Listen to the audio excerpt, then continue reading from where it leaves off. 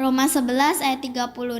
Sebab segala sesuatu adalah dari Dia dan oleh Dia dan kepada Dia. Bagi Dialah kemuliaan sampai selama-lamanya. Saudara, Paulus di dalam bagian ini memberikan doksologinya di dalam satu buah kekaguman karena cara kerja Tuhan yang demikian hebat. Tuhan Allah menyelamatkan pertama-tama orang Yahudi, lalu di antara mereka banyak yang menolak, lalu orang-orang Gentiles, orang-orang tak bersunat pun juga menerima keselamatan oleh karunia melalui iman. Dan setelah itu orang-orang Yahudi pun juga akan banyak yang bertobat. Dan setelah itu kita mendapati bahwa berkat Tuhan akan tersebar secara sangat luas. Kiranya Tuhan menyertai setiap kita. Puji Tuhan.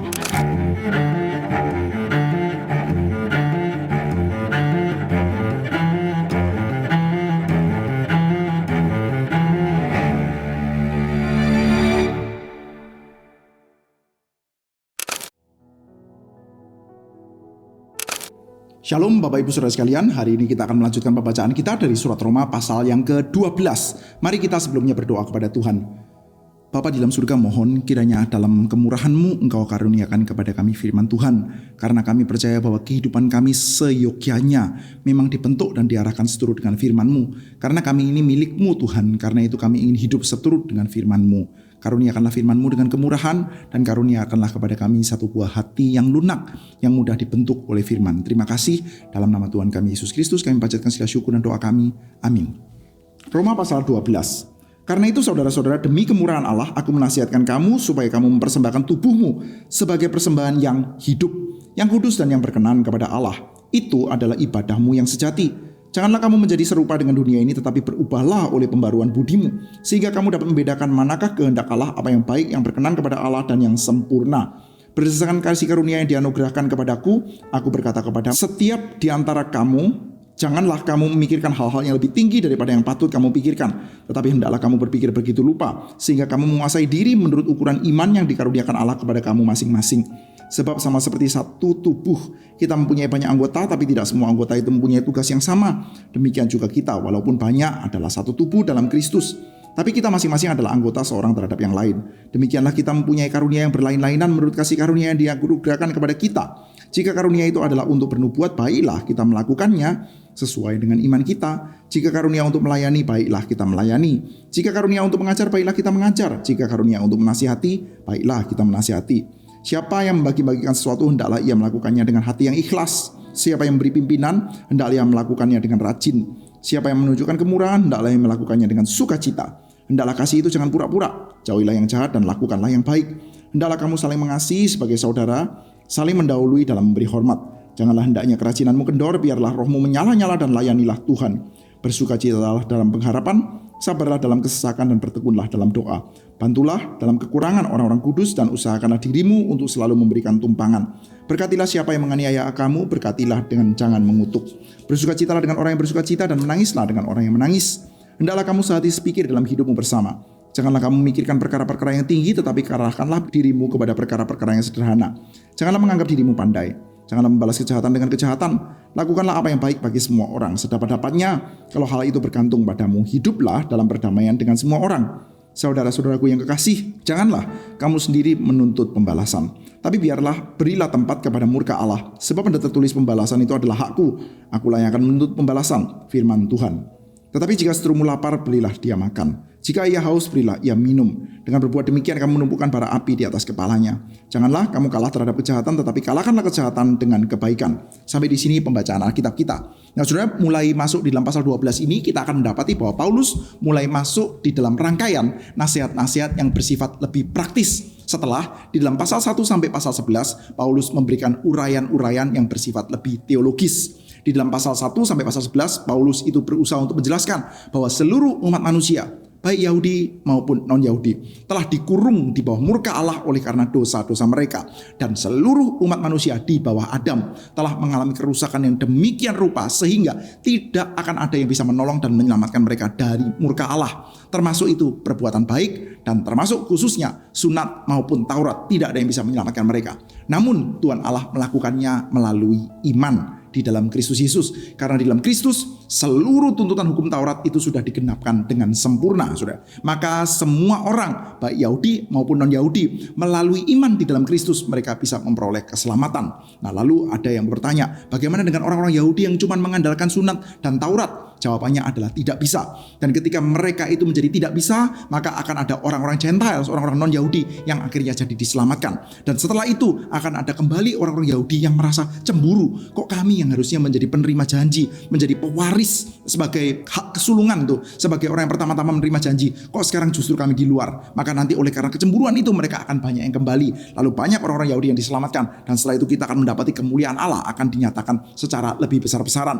Lalu saudara, kita mendapati Paulus akan memberikan puji-pujian dan hormat dan kemuliaan di dalam doksologi yang ada di dalam penghujung pasal 11. Dan setelah itu saudara, Paulus memberikan nasihat-nasihat praktisnya. Jadi saudara, setelah Paulus menunjukkan bahwa seluruh umat manusia itu desperate, tetapi ada pengharapan di dalam keselamatan dalam Kristus Yesus, maka sekarang ada responsnya. Responsnya adalah satu buah nasihat-nasihat yang bersifat praktis. Nah, ini kita penting saudara sebagai orang Kristen untuk miliki ya satu buah sikap seperti ini. Di satu sisi kita menyadari kita punya teologi yang baik dan solid, kita punya pengertian-pengertian yang jelas akan teologi kita, dan hal itu akan melahirkan hal-hal yang bersifat praktis.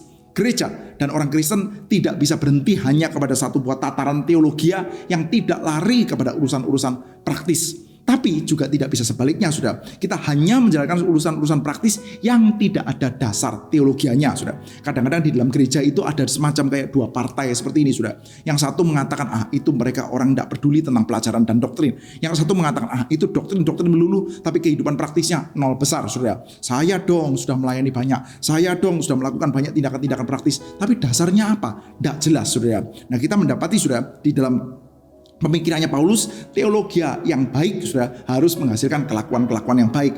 Bukan sekedar kelakuan yang baik saudara. Kita itu bukan robot saudara yang sekedar diajari untuk bertindak A, bertindak B, bertindak C, bertindak D, tapi tidak ada dasar teologianya yang jelas saudara. Kita ini jelas ketika kita melakukan tindakan-tindakan kita, dasarnya adalah bahwa kita mengagumi tindakan-tindakan Allah di dalam diri kita yang sudah menyelamatkan kita, dan kita menerima kuasa dari Tuhan untuk kita menghidupi kehidupan kita yang baru, saudara. Maka saudara, penting untuk kita membaca pasal 12 ke belakang ini, saudara, bukan sekedar sebagai satu buah nasihat-nasihat yang bersifat acak atau random, saudara. Kalau kita perhatikan sedikit saja, saudara, kita bisa melihat ya bahwa apa yang diutarakan oleh Paulus paling tidak di dalam pasal 12 ini saja, kita mendapati saudara bahwa jejaknya kita sudah baca, saudara, hal-hal ini dari pemaparan Paulus yang bersifat teologis pasal 1 sampai dengan pasal 11. Misalkan saja saudara, kita coba bacakan ya di dalam surat Roma pasal yang pertama. Nanti kita melihat ya, ternyata berkaitan dengan nasihat Paulus di dalam pasal 12 ini. Saya bacakan pasal pertama ayat yang ke-25. Sebab mereka menggantikan kebenaran Allah dengan dusta dan memuja dan menyembah makhluk dengan melupakan penciptanya yang harus dipuji selama-lamanya, ya. Sebab mereka menggantikan kebenaran Allah dengan dusta dan memuja dan menyembah makhluk. Ada penyembahan, ada worship, ada ibadah. Dan di dalam pasal 12 ternyata kita juga mendapati sudah ada juga penekanan tentang ibadah. Persembahkanlah tubuhmu sebagai persembahan yang hidup, yang kudus dan berkenan kepada Allah. Itu adalah ibadahmu yang sejati. Itu adalah your worship. Di dalam pasal pertama ada kata-kata worship yang ngaco, dan di sini sudah ada kata-kata worship yang benar. Jadi sekali lagi, pasal 12 ini bukan sekedar nasihat-nasihat acak, tapi nasihat yang didasarkan kepada pemaparan teologi yang jelas, saudara. Selanjutnya ya, kita melihat ya, misalkan kembali lagi di dalam pasal 1 ayat yang ke-28. Dan karena mereka tidak merasa perlu untuk mengakui Allah, maka Allah menyerahkan mereka kepada pikiran-pikiran yang terkutuk. Pikiran-pikiran yang terkutuk. Ada corrupted minds, ada accursed minds, corrupted minds. Dan di sini sudah Paulus juga mengatakan, jangan kamu menjadi serupa dengan dunia ini, tapi berubahlah melalui pembaruan budimu, the renewal of your mind. Ya, sekali lagi kita melihat ya, misalkan di dalam pasal 6 sudah ayat 13 dan ayat 19. Saya coba bacakan ya, ayat 13 dan ayat 19. Ada ide tentang mempresentasikan diri. Janganlah kamu menyerahkan anggota-anggota tubuhmu untuk dipakai sebagai senjata kelaliman, tapi serahkanlah, presentasikan ya. Serahkanlah dirimu kepada Allah sebagai orang-orang yang dahulu mati, tapi yang sekarang hidup. Serahkanlah anggota-anggota tubuhmu kepada Allah untuk menjadi senjata-senjata kebenaran. Lalu saudara, di dalam ayat yang ke-19 saya bacakan ya. Aku mengatakan hal ini secara manusia karena kelemahan kamu, sama seperti kamu telah menyerahkan anggota-anggota tubuhmu untuk hamba kecemaran dan kedurhakaan, membawa kamu kepada kedurhakaan. Demikian kamu sekarang harus menyerahkan anggota-anggota tubuhmu menjadi hamba kebenaran yang membawa kamu kepada pengudusan. Ada tema tentang penyerahan, saudara, menyerahkan dirinya. Dan sekarang di dalam pasal 12, Paulus sekali lagi berbicara tentang serahkanlah tubuhmu, ya, persembahkanlah tubuhmu sebagai persembahan yang hidup di hadapan Tuhan. Jadi sekali lagi, saudara, kita mendapati ide yang penting ini, saudara. Pasal 12 ini adalah satu buah nasihat praktis, tetapi bukan sekedar nasihat praktis yang tidak ada dasar teologianya, saudara. Ini adalah nasihat praktis yang bukan bersifat acak, tapi sudah berdasarkan pada pemaparan yang ada dalam pasal 1 sampai dengan pasal yang ke-11, saudara. Nah, kita melihat, saudara, apa, saudara, nasihat praktisnya. Pertama-tama dibuka dengan kata-kata karena itu, ya, itu yaitu yang ada dalam pasal 1 sampai pasal 11, itu dasarnya. Saudara-saudaraku, demi kemurahan Allah, saudara.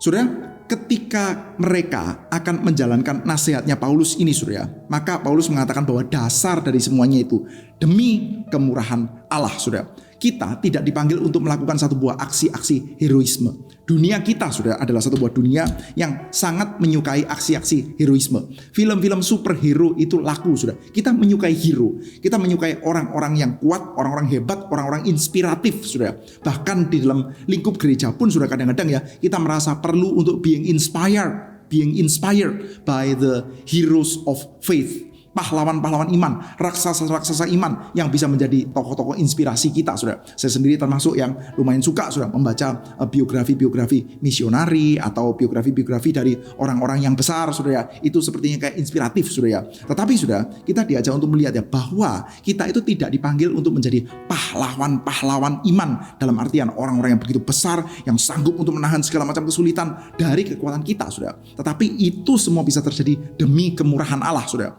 Jadi, saudara, kalau ada kata-kata persembahkanlah dirimu sebagai persembahan yang hidup, yang kudus, yang berkenan di hadapan Allah, itu bukan satu buah perintah untuk saya melakukannya dengan kekuatan saya, tetapi demi kemurahan Allah. Grace of God itu menjadi dasar dari seluruh tindakan pengabdian kita kepada Tuhan, bukan kekuatan kita sendiri, saudara. Kalau kita menjalankan dengan kekuatan kita sendiri, saya tidak bisa katakan good luck, saudara, karena ya akan ada yang lebih kuat, akan ada yang lebih lemah, tapi suatu hari, saudara, manusia akan burn out juga, saudara, nggak akan mampu, saudara. Karena apa? Karena kekuatan kita untuk menjalankan kehendak Allah itu tidak kuat, saudara. Harus ada kemurahan Allah, saudara. Nah, selanjutnya, saudara, kita melihat ya, demi kemurahan Allah, apa yang dilanjutkan? Persembahkanlah tubuhmu sebagai persembahan yang hidup, yang kudus, dan yang berkenan kepada Allah.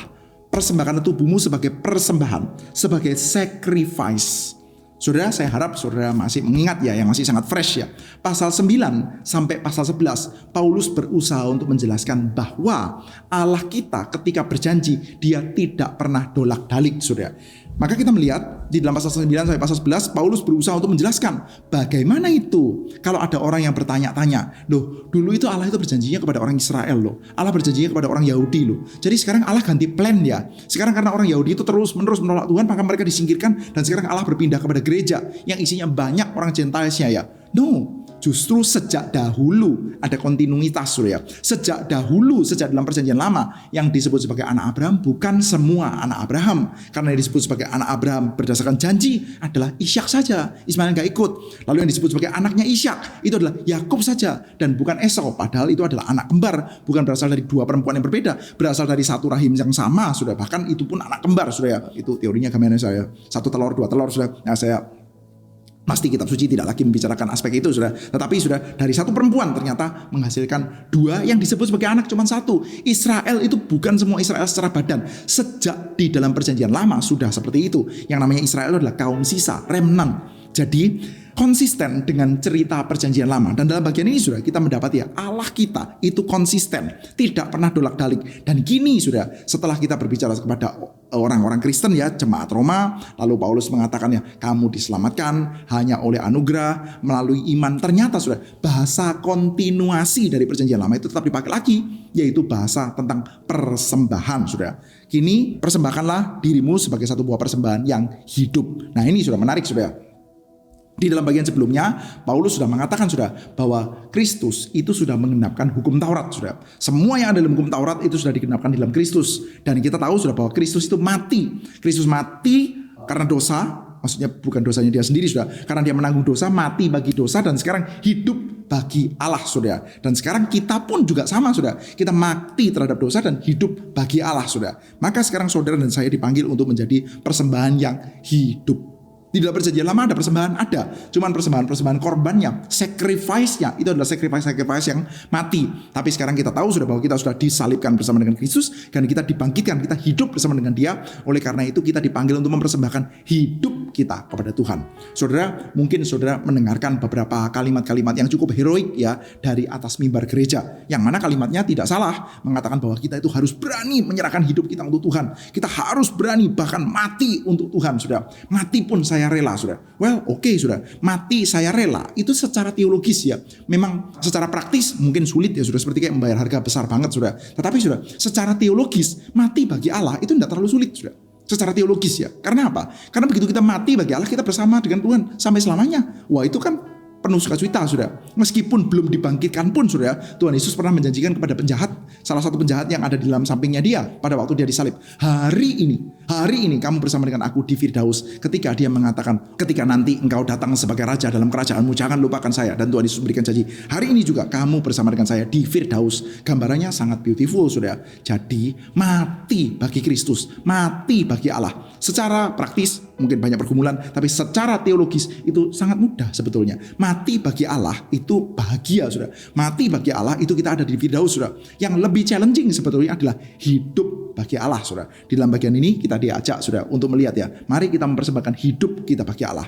Saudara dan saya dipanggil, saudara, bukan sekedar nanti suatu hari nanti pada waktu mati di dalam kepercayaan pada Tuhan Yesus, tetap mempertahankan iman, mati di dalam Tuhan, saudara. Tapi kita juga dipanggil untuk hidup bagi Allah, mempersembahkan hidup kita. Setiap detik di dalam kehidupan kita, setiap hidup kita itu dipersembahkan kepada Allah, saudara. Sebagai sebuah persembahan yang hidup, yang kudus, dan yang berkenan kepada Allah, itu adalah ibadahmu yang sejati. Nah, saudara, kata-kata sejati, saudara, yang diterjemahkan sama LAI sejati ini, saudara, ini menerjemahkan satu buah kata yang memang tidak terlalu gampang untuk diterjemahkan, yaitu logiken, saudara. Seperti kayak kata-kata logika, saudara. Nah, ini maknanya itu memang bisa agak sedikit luas, saudara. Ada yang mengartikannya ini adalah satu buah spiritual. Jadi ini adalah ibadahmu yang rohani. Ada yang mengatakan sejati seperti LAI ini. Ini adalah ibadahmu yang sejati. Ada juga yang mengatakan bahwa ini adalah ibadahmu yang reasonable, logiken. Ini adalah ibadahmu yang masuk akal. Nah, kita bisa melihat, saudara, bahwa mungkin kata logiken ini bisa memiliki semua nuansa ini, saudara. Yes, ibadah yang sejati itu adalah ibadah yang seperti apa sih? Ibadah yang sejati adalah ibadah yang bersifat rohani, yang bukan cuma bersifat luaran saja. Tapi ibadah yang sejati juga adalah ibadah yang bersifat masuk akal, saudara. Dalam artian apa, saudara? Dalam artian ini, kita kalau sadar bahwa kita adalah orang-orang yang semuanya sudah terkurung di bawah kuasa dosa, tidak ada pengharapan di tengah-tengah dunia ini, tetapi kita diselamatkan oleh Tuhan, maka masuk akal lah bagi kita untuk kita mempersembahkan seluruh hidup kita bagi Tuhan, saudara. Loh, hidup kita adalah milik Dia, kok, saudara. Kita itu sudah diselamatkan dari murka Allah sampai selama-lamanya, dan sekarang kita dipanggil untuk hidup bagi Dia sampai selama-lamanya juga. Masuk akal enggak? Masuk akal. Orang yang hidupnya tidak mempersembahkan diri kepada Tuhan secara sepenuh-penuhnya, itu adalah orang yang tidak masuk akal, saudara. Di dalam pasal pertama ya, balik lagi dalam pasal pertama, dikatakan pikiran mereka menjadi bodoh, tidak logis. Orang berdosa itu nggak logis, saudara. Meskipun, saudara, mungkin lebih nyaman ya bagi seleranya orang berdosa, saudara. Berdosa, tidak taat kepada Tuhan, di dalam selera orang berdosa itu nyaman, saudara. Tetapi kita mesti sadar, saudara, itu adalah bodoh. Ketika kita sadar kita sudah diselamatkan dengan harga yang sangat mahal, maka cenglinya, saudara, masuk akalnya adalah kita itu mempersembahkan seluruh hidup kita sebagai sebuah persembahan yang hidup, yang kudus, yang berkenan di hadapan Allah. Itu adalah ibadah kita yang bersifat logiken. Itu adalah ibadah kita yang bersifat spiritual. Itu adalah ibadah kita yang bersifat sejati. Dan itu adalah ibadah yang masuk akal, saudara. Selanjutnya, jangan kamu menjadi serupa dengan dunia, tetapi berubahlah oleh pembaruan budimu, sehingga kamu dapat membedakan mana kehendak Allah, apa yang baik, berkenan kepada Allah, dan yang bersempurna. Ketika kita tidak menjadi serupa dengan dunia, kita pembaruan budi terjadi dalam kehidupan kita, maka kita mengenal kehendak Allah, kita menyetujui kehendak Allah, kita approve kehendak Allah itu seperti apa. Tidak lagi berbentur-benturan dengan kehendak Allah, tapi kehendak Allah seperti apa, kita approve, sudah. Oke? Kalau kita sudah mengalami tidak serupa dengan dunia, mengalami pembaharuan budi, itu artinya apa, saudara? Saudara, kalau kita mengatakan ya, dulunya saya belum Kristen, Pak, sekarang saya sudah Kristen, gitu ya. Banyak ya di antara kita yang mungkin seperti ya, tadinya bukan Kristen, lalu sudah menjadi Kristen. Setelah menjadi Kristen, mengalami perubahan dalam hidup saya. Biasanya, sudah, perubahan dalam hidup saya, itu yang kita bayangkan itu apa saja, saudara? Oke, tadinya mungkin agak jahat, sekarang jadi tidak. Tadinya nipu, sekarang jadi tidak. Tadinya itu mungkin orangnya pemarah, lalu jadi agak sedikit lebih pemaaf, lebih peramah, saudara ya. Jadi seperti itu, saudara. Tetapi saudara, di dalam surat Roma ini kita mendapatkan satu buah gambaran yang berbeda. Mengalami perubahan budi. Tidak lagi sama seperti dunia ini. Berkaitan dengan apa? Berkaitan dengan hubungan antara satu orang dengan yang lain, saudara. Dikatakan seperti ini. Jangan kamu memikirkan hal-hal yang lebih tinggi daripada yang patut kamu pikirkan, tetapi hendaklah kamu berpikir begitu rupa sehingga kamu menguasai diri menurut ukuran iman yang dikaruniakan kepada kamu masing-masing. Sama seperti satu tubuh kita mempunyai banyak anggota, tidak semua anggota mempunyai tugas yang sama. Demikian juga kita walaupun banyak adalah satu tubuh dalam Kristus, tapi kita masing-masing adalah anggota seorang terhadap yang lain. Demikian kita memiliki kasih karunia yang berlain-lainan menurut kasih karunia yang dianugerahkan kepada kita. Jika karunia itu adalah karunia untuk bernubuat, baiklah kita melakukannya sesuai dengan iman kita. Jika karunia untuk melayani, baiklah kita melayani. Jika karunia untuk mengajar, baiklah kita mengajar. Jika karunia untuk menasihati, baiklah untuk menasihati. Siapa membagikan sesuatu, hendaklah ia melakukannya dengan hati yang ikhlas. Siapa memberi pimpinan, hendaklah ia melakukannya dengan rajin. Siapa menunjukkan kemurahan, hendaklah ia melakukannya dengan sukacita. Jadi sudah tidak menjadi serupa dengan dunia dan mengalami pembaharuan budi di dalam versi ini, sudah dalam versinya Paulus ini, sudah dalam surat ini adalah apa? Adalah bertumbuh, berubah di dalam hal relasi kita dengan sesama, khususnya di dalam gereja, sudah. Itu yang namanya pertumbuhan. Saudara, apakah ini deny? Apakah ini menyangkali bahwa kita itu harus berubah? Tadinya pemarah lalu menjadi peramah. Apakah ini menyangkali bahwa tadinya kita itu adalah orang yang suka menipu lalu sekarang jadi orang jujur? Ya enggak menyangkali, saudara. Tetapi dalam surat Roma ini yang ditekankan adalah pembaruan, itu artinya adalah bahwa sekarang di dalam satu jemaat kamu mulai memperhatikan satu dengan yang lain. Kamu tidak menganggap dirimu terlalu penting atau terlalu tidak penting. Sesuai dengan takaran iman, sesuai dengan ukuran yang pas. Tidak memandang diri sendiri dan tidak memandang orang lain terlalu penting atau terlalu tidak penting, tetapi pas satu dengan yang lain, saudara. Pada waktu menuliskan surat Roma ini, saudara, Paulus kan sedang berada di Korintus, saudara. Dan di Korintus kita sendiri tahu, saudara, ada permasalahan di antara mereka, saudara. Di Korintus itu ada permasalahan pepecahan gereja, lalu ada orang-orang yang menganggap satu orang dengan yang lain lebih penting, saudara. Saudara bisa membaca itu dalam 1 Korintus pasal 12 sampai dengan pasal 14, saudara. Paulus mengatakan bahwa semua karunia yang diberikan itu adalah untuk saling membangun satu dengan yang lain, saudara. Nah, Paulus sedang ada di Korintus. Sembari kemungkinan, saudara, Paulus merenungkan apa yang terjadi dalam gereja Korintus, saudara, dia menuliskan surat kepada jemaat Roma, saudara, bahwa ketika kamu mengalami pembaruan budi, maka kamu perlu untuk saling perhatikan satu dengan yang lain. Dan rupanya, saudara, hal ini juga ternyata nanti akan mengantisipasi ya, bahwa di dalam bagian-bagian selanjutnya Paulus akan memberikan nasihat-nasihat juga yang berkenaan dengan semacam perselisihan. Meskipun bukan di dalam level yang ada seperti kayak di Korintus, saudara, kita akan mendapati hal itu nanti juga akan diadres oleh Paulus di dalam pasal yang ke selanjutnya, saudara, pasal 14 ya. Kita akan melihat ya, Paulus akan menasihati orang-orang yang disebut sebagai mereka yang lebih lemah, menasihati mereka yang disebut sebagai yang lebih kuat, saudara. Jadi dua-duanya dinasihati, saudara. Sekarang Paulus menunjukkan kalau kamu adalah orang yang mengalami pembaharuan budi, tidak sama dengan dunia, maka mulai memperhatikan satu dengan yang lain, saudara. Selanjutnya, saudara, ada penafsir yang mengatakan bahwa Paulus ini berbicara di dalam gaya bicara paranesis, saudara. Paranesis itu adalah satu buah gaya bicara yang sifatnya itu tidak terlalu berkaitan satu dengan yang lain, lalu mengambil dari sumber yang berbeda-beda, saudara, lalu dimasukkan jadi satu secara cukup rapid, saudara. Kita mendapati seperti kayak ide-ide yang agak random, saudara. Tapi sekali lagi, saudara, ini bukan ide-ide random, tetapi fokus utamanya lebih kepada semuanya berkaitan dengan relasi antara orang satu dengan yang lain, saudara. Hendaklah kasih, jangan pura-pura. Hendaklah kamu saling mengasihi sebagai saudara dan saling mendahului dalam memberi hormat. Janganlah hendaknya kerajinanmu kendor, biarlah rohmu menyala-nyala dan layanilah Tuhan. Bersukacitalah dalam pengharapan, sabarlah dalam kesesakan, bertekunlah dalam doa, bantulah dalam kekurangan orang-orang kudus, usahakanlah dirimu untuk selalu memberikan tumpangan. Rohmu bernyala-nyala. Dalam hal apa, saudara? Memberitakan Injil, ya penting, saudara. Tapi terutama dalam bagian ini adalah saling memperhatikan satu dengan yang lain. Ada lihat orang kudus, ada lihat umat Tuhan, saling memberikan bantuan, lalu berikanlah tumpangan, saudara. Mereka ada di Roma ya, saudara, by the way. Jadi akan banyak para pendatang, saudara. Bantulah kekurangan orang kudus, usahakanlah dirimu selalu memberikan tumpangan. Berkatilah siapa yang menganiaya kamu, berkatilah dan jangan mengutuk. Bersukacitalah dengan orang yang bersukacita, menangislah dengan orang yang menangis. Hendaklah kamu sehati sepikir dalam hidupmu bersama. Janganlah kamu memikirkan perkara yang tinggi, tapi arahkanlah dirimu kepada perkara-perkara yang sederhana. Jangan menganggap dirimu pandai. Jangan balas kejahatan dengan kejahatan. Lakukanlah apa yang baik bagi semua orang. Sedapatnya kalau hari itu bergantung pada kamu, hiduplah dalam perdamaian dengan semua orang. Saudaraku yang kekasih, jangan kamu sendiri menuntut pembalasan, tapi berilah tempat kepada murka Allah. sebab ada tertulis pembalasan adalah hakku. Akulah yang akan menuntut pembalasan, firman Tuhan. Nah, sekali lagi Paulus menjabarkan saudara tentang tindakan-tindakan baik yang akan terjadi dalam kehidupannya orang yang telah menerima pembaruan budi, yaitu apa? Berkaitan antara relasi satu orang dengan yang lain, saudara. Dan ketika satu orang dengan yang lain, saudara, kita akan mendapati akan ada disakiti dan kemungkinan menyakiti. Dan ketika kita disakiti dan kemungkinan menyakiti, maka Paulus memberikan exhortation. Jangan membalas kejahatan dengan kejahatan. Dan ini adalah ucapan dari Tuhan Yesus, saudara. Kalau ada yang mengutuk kamu, berkatilah dia. Kamu membalas kejahatan dengan kebaikan. Karena apa? Karena bukan bagian kita, bukan parts kita untuk melakukan penghakiman. Nah, itu dikatakan oleh Paulus dalam bagian ini. Bukan bagian kita untuk melakukan penghakiman. Dalam relasi kita dengan sesama, bagian kita, tugas kita adalah apa? Tugas kita adalah menunjukkan kebaikan dan memberikan berkat, bukan melakukan pembalasan, karena pembalasan adalah bagiannya Allah. Sudah dalam bagian ini kita menyadari sudah bahwa ada satu buah teologi, ada satu buah pengertian yang penting, yaitu bahwa memang Allah akan memberikan keadilan.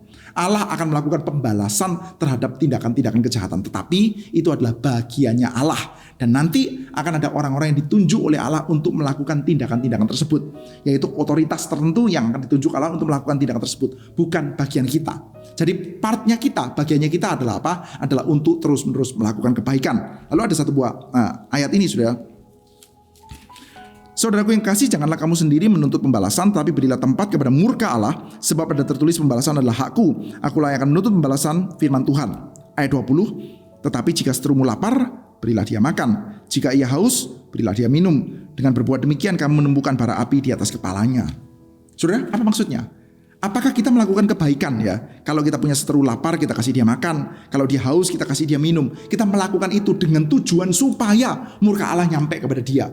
Nah, saudara, kita mesti melihat ya bahwa ayat 19 dan ayat 20 ini bukan ayat yang langsung berkaitan dari urusan sebab akibat itu, saudara.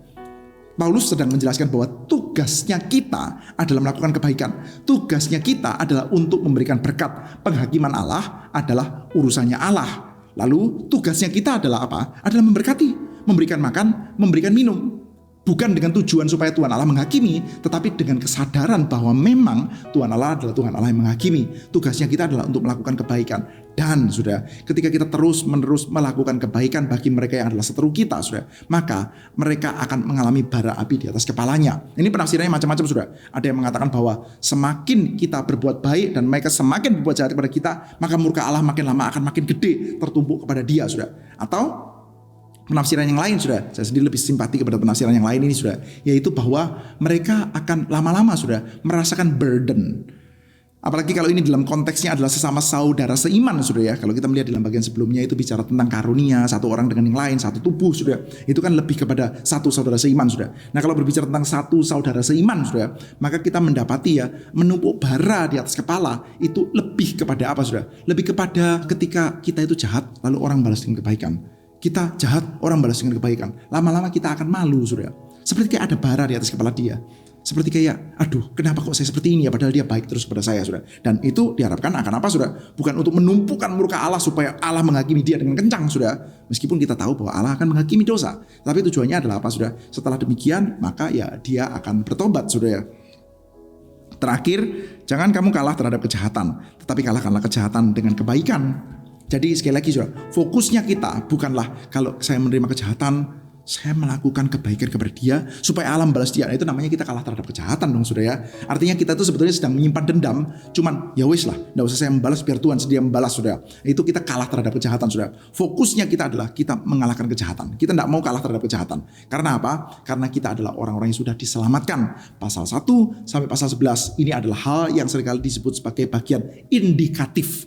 Sesuatu yang sudah terjadi dalam kehidupan kita. Sekarang imperatifnya, perintahnya adalah jangan kalah terhadap kejahatan, tetapi kalahkanlah kejahatan itu. Kita dengan pembaruan budi, melakukan kebaikan, mengalami perubahan dengan cara melihat satu orang dengan yang lain, dan kita berpikir bagaimana saudara-saudara saya akan semakin terberkati dengan keberadaan saya. Kiranya itu boleh menjadi satu fokus ya dalam kehidupan kita, dengan kesadaran bahwa kita adalah orang yang sudah diselamatkan oleh Tuhan. Hari ini saya mengajak kita untuk menaikkan 2 pokok doa, saudara. Yang pertama, saudara, kita mengingat pasal 12 ayat 1 ada kata-kata demi kemurahan Allah. Maka kita akan berdoa, meminta kemurahan Allah, meminta anugerah Allah supaya kita bisa hidup, mempersembahkan hidup kita, bukan sekedar mati kita, tapi hidup kita untuk Allah. Itu pokok doa pertama. Pokok doa kedua, kita akan meminta Tuhan supaya menguatkan agar kita tidak memandang diri kita sendiri terlalu penting, terlalu berlebih. Tapi kita memandang diri kita sendiri juga tidak terlalu rendah, namun pas. Pada saat yang bersamaan, memandang orang lain juga pas, saudara. Kita memandang diri kita sendiri, memandang orang lain juga pas. Dan kita mendoakan supaya kita bisa saling menjadi berkat. Baik saudara, saya mengajak kita untuk masuk ke dalam satu buah ayat hafalan, yaitu dari surat Roma pasal 12 ayat yang pertama. Karena itu saudara-saudara, demi kemuliaan Allah aku menasihatkan kamu supaya kamu mempersembahkan tubuhmu sebagai persembahan yang hidup, yang kudus dan yang berkenan kepada Allah. Itu adalah ibadahmu yang sejati. Baik Bapak Ibu sekalian, kita sampai dalam pertemuan kita yang selanjutnya. Terpujilah Tuhan.